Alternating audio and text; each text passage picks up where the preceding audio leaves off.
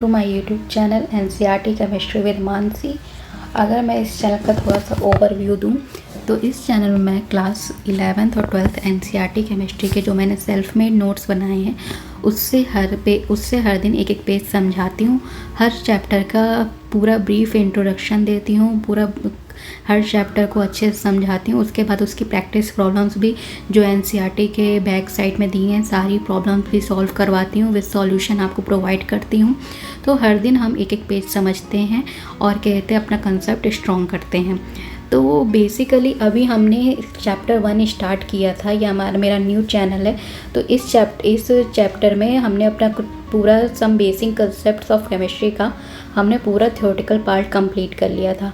अब हम उसके न्यूमेरिकल प्रॉब्लम सॉल्व कर रहे थे जो उसके चैप्टर के एंड में दिए गए होते हैं। तो उसके जो हमने प्रैक्टिस प्रॉब्लम सॉल्व करना स्टार्ट कर दिया था, अब हम 13th क्वेश्चन पे आ गए हैं। तो अब हम आज नया पेज स्टार्ट कर रहे हैं। तो अब हम क्वेश्चन समझते हैं। Pressure is determined as force, थोड़ा सा मैं इसको जूम कर देती हूँ आपको बेटर दिखे। Pressure is determined as the force per unit area of the surface. हमें पता है, देखो पहले क्वेश्चन ही पढ़ लेते हैं। The SI unit of pressure is pascal is as shown below. 1 pascal is equal to 1 newton per metre square. If the mass of air at sea level is 1034 gram per centimetre square, calculate the pressure in pascal. पहले देखो, ये question थोड़ा सा आपको समझने में दिक्कत हो भी सकती है और नहीं भी हो सकती है, पर ऐसे सुनने में थोड़ा सा टिपिकल लगता है, पर आप जब इसको समझोगे तो आपको बहुत आसान लगेगा।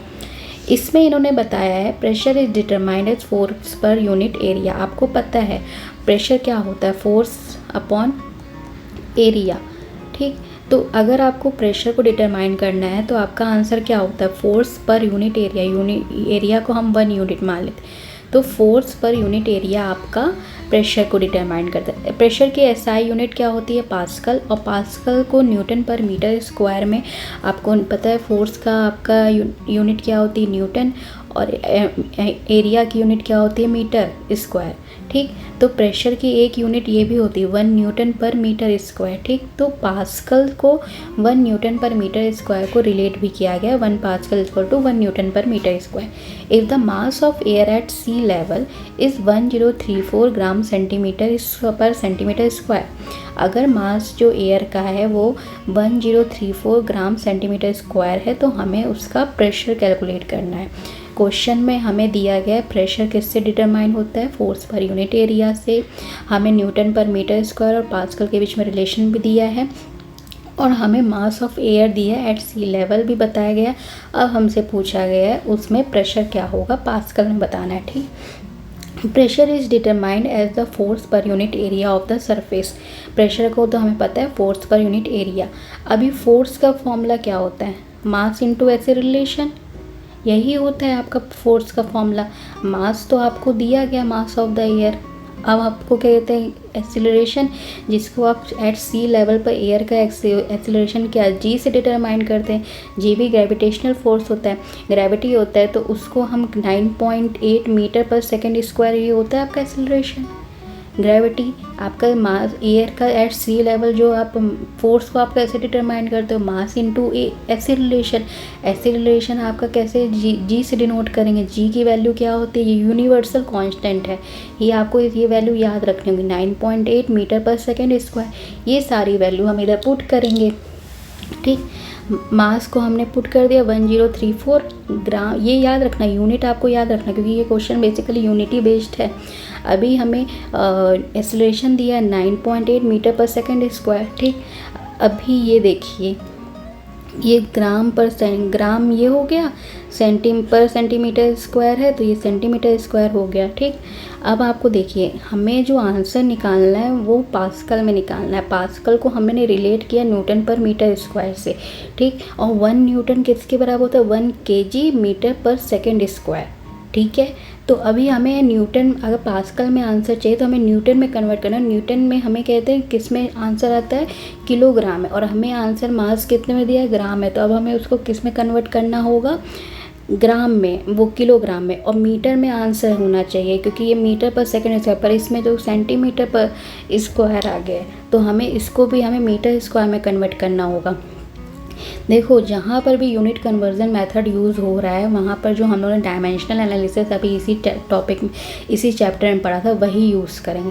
आप यूनिट कन्वर्जन अपने बेसिस पर जैसे करते आए हो वैसे भी कर सकते हो, बट आपको यूनिट फैक्टर जो मैंने आपको बताया था डायमेंशनल एनालिसिस में, वो भी यहाँ पर वो NCERT में बेसिकली जहाँ भी यूनिट कन्वर्जन हुआ है वहाँ पर वो लोग डायमेंशनल एनालिसिस में जो हमने यूनिट फैक्टर मेथड पढ़ा था उससे ही करा गया है।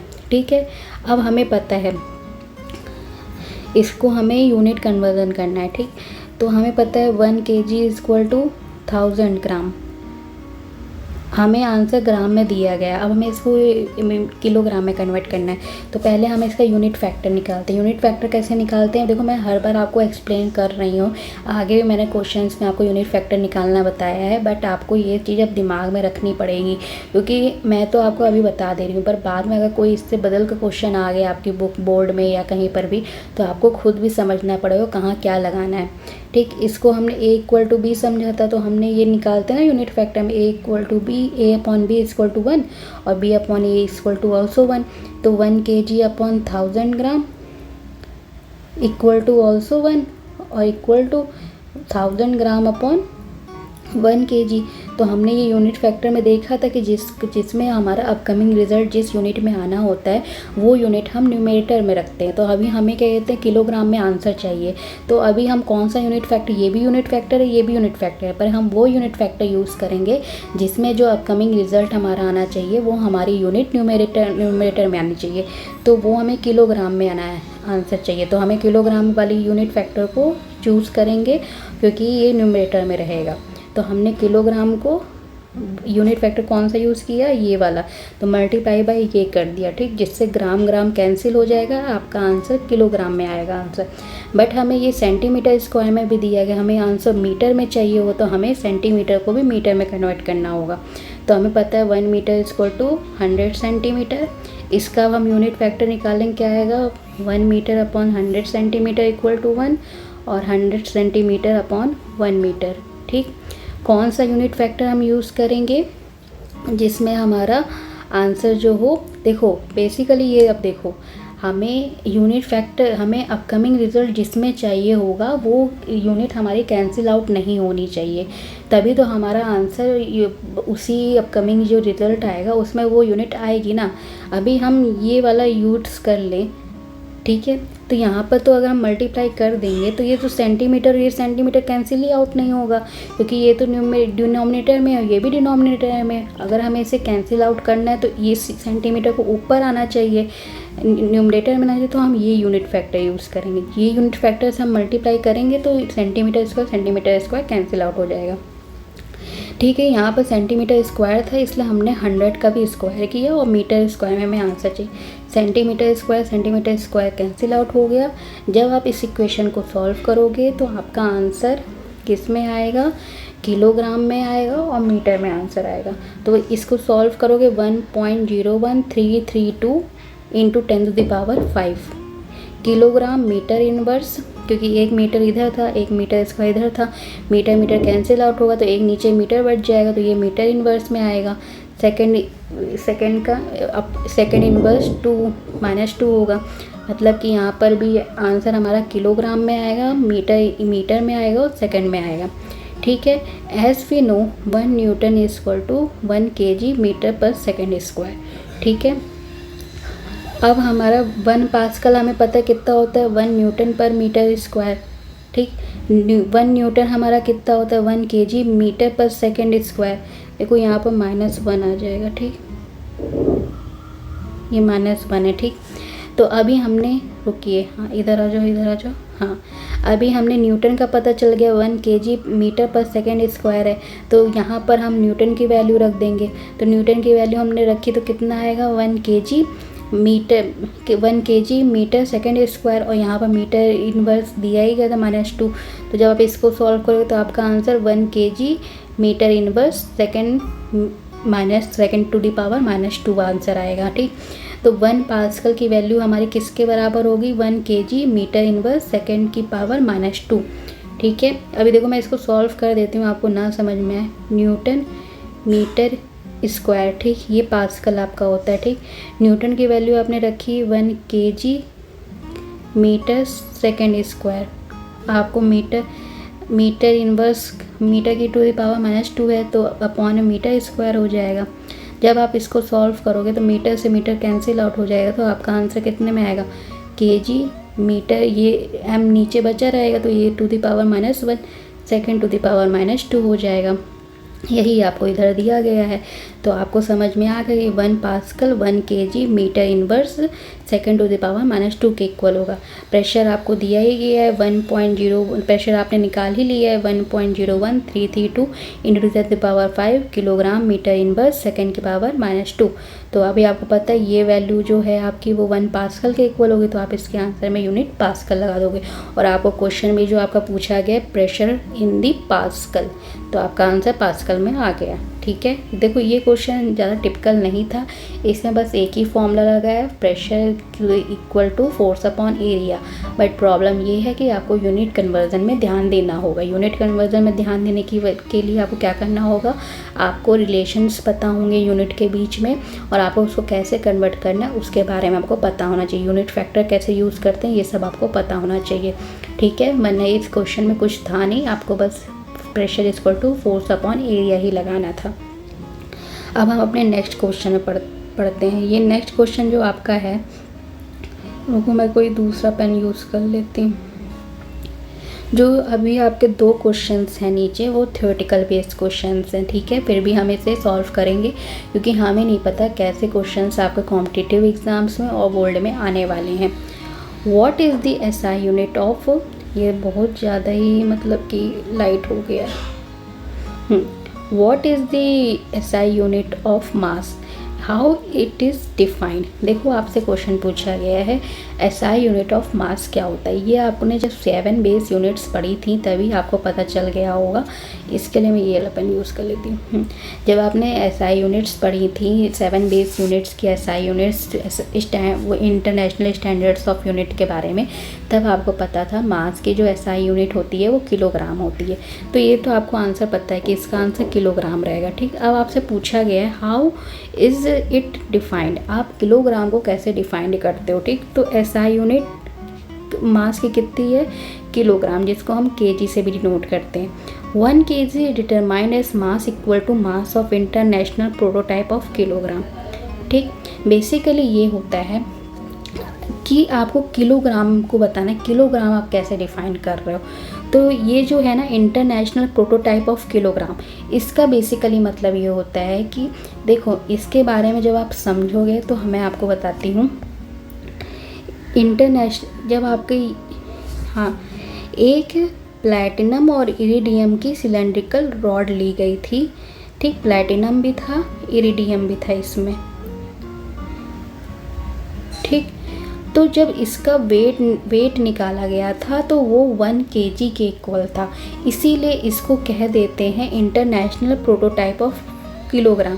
प्रोटोटाइप मतलब कि सेम टाइप के। अगर आपको इसका कोई मतलब ऐसा है नहीं कि आप किलोग्राम को कैसे डिफाइन कर रहे हो, बट ये माना गया था जब आप एक एक्सपेरिमेंट किया गया था, उसमें ये था कि प्लैटिनम का और इरिडियम का एक सिलेंड्रिकल रॉड ली गई थी जिसमें 90% प्लैटिनम और 10% इरिडियम था। ये भी मुझे कंफर्म नहीं है कि कितना बेसिस यूनिट था, बट ये कंफर्म है कि प्लैटिनम और इरिडियम लिया गया था। ठीक, उसमें उनका 1000 ग्राम क्या कहते हैं रॉड का वेट था, तो जब उसको इक्वल किया था तो 1 kg के इक्वल आ गया था। जैसे आपने ये देखा ना रिलेशनशिप, वही बेसिकली है। जब वो रॉड ली गई थी तो उसका जो वेट था वो 1000 ग्राम के इक्वल था। ठीक, तो उसको उन्होंने एक वर्ड डिनोट कर दिया था जिसको वो 1 kg कहने लगे। तो इसीलिए इसको कहते हैं international prototype of kilogram, mass of international prototype of kilogram. ठीक है, इस इंटरनेशनल प्रोटोटाइप का मतलब होता है कि एक जैसे, ठीक। तो इसका कोई ऐसा कुछ याद करना और ऐसा कुछ है नहीं, बट आपको जब क्वेश्चन पूछा जाए तो आप ये लिख सकते हो कि mass equal to mass of international prototype of kilogram, ठीक है। अब हम 16 क्वेश्चन पे आते हैं। What do you mean by significant figures? देखो ये थ्योरेटिकल पार्ट है।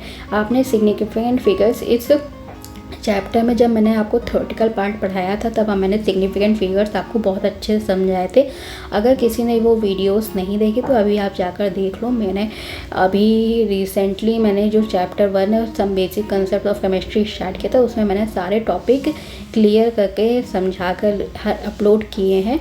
और हर वीडियो में को जो टॉपिक समझाया उसका मैंने डिस्क्रिप्शन में मेंशन भी किया है, तो आपको फाइंड आउट करने में इजी होगा कि कौन सा टॉपिक आपको कैसे पढ़ना है, ठीक।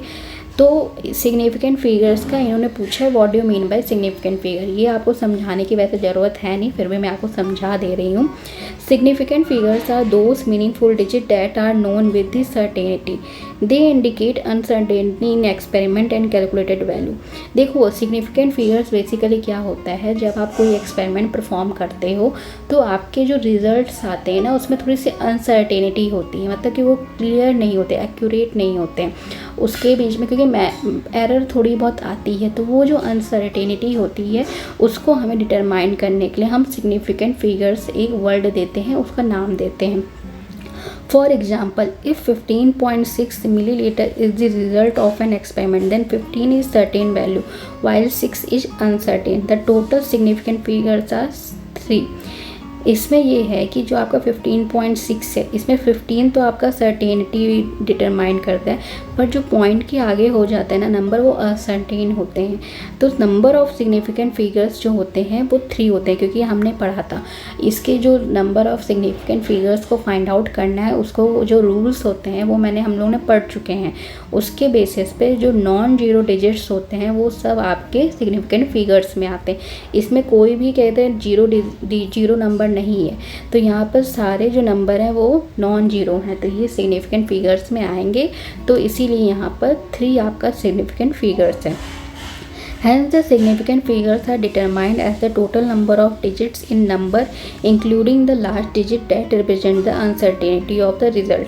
सिग्निफिकेंट फिगर्स बेसिकली ये होता है कि आपके जितने भी डिजिट्स प्रेजेंट हैं नंबर में वो सारे आप इंक्लूड करोगे, चाहे वो डेसिमल के आगे हों चाहे डेसिमल के बाद हों, ठीक है। तो इसी को हम लोग सिग्निफिकेंट फिगर्स कहते हैं। अब अपना next question, A sample of drinking water was found to be severely contaminated with chloroform CaCl3, supposed to be carcinogenic in nature. The level of contamination was 15 ppm by mass. पहला question है express this in percentage by mass. Second है determine the molality of CaCl3 in water sample. Basically मैं अभी आपको ये question समझा दे रही हूँ, अभी इसका सॉल्यूशन आप कल घर से करके आओगे, क्योंकि हर क्वेश्चन को मैं आपको समझाती जाऊँगी तो आप अपना दिमाग लगाना बंद कर दोगे। आपको मैं ये होमवर्क दे रही हूँ, आपको ये क्वेश्चन घर से करके आना है। अगर नहीं समझ में आएगा तो मैं तो हूँ आपको समझाने के लिए। इन्होंने ये कहा है कि एक ड्रिंकिंग वाटर का सैंपल लिया गया है, उसमें ये पता किया कि उसमें क्लोरोफॉर्म प्रेजेंट है। क्लोरोफॉर्म का केमिकल फॉर्मूला क्या होता है CaCl3, जो कि कार्सिनोजेनिक होता है, मतलब कैंसर करवाने के नेचर होता है। The level of contamination was 15 ppm by mass. जो ये कंटामिनेटेड हुआ है क्लोरोफॉर्म की वजह से उसका उन्होंने बताया है कि लेवल कितना है 15 ppm बाई मास, ठीक है। आपको एक्सप्रेस दिस इन जो 15 ppm बाई मास दिया गया कंटामिनेशन, आपको इसको मास परसेंटेज में दिखाना है और आपको डिटरमाइन करनी है कि मोलैलिटी क्या होगी CaCl3 की इन वाटर सैंपल। वाटर सैंपल हमने लिया है जिसको कंटामिनेटेड किया गया है CaCl3 से, और आपको बताया है कि वो कितना कंटामिनेशन है 15 ppm। मास को डिटरमाइन करा है इसमें 15 ppm से। अब आपसे पूछा गया है पहले क्वेश्चन में कि आपको इसको मास परसेंटेज में बताना है, दूसरा क्वेश्चन आपका ये है कि मोलैलिटी बतानी है CaCl3 की इन वाटर सैंपल, ठीक है। तो आज आपके लिए ये होमवर्क है, आपको ये करके आना है, और आपको ये जो मैंने कॉन्सेप्ट समझाए आज क्वेश्चन वो आपको रिवीजन भी करना है, एक बार 2 बार वीडियोस भी देखिए आप, इसको और अच्छे से समझिए, ठीक है। कोई भी डाउट हो मुझे ज़रूर बताइए, ठीक है। Thank you for watching, please like share and subscribe, thank you.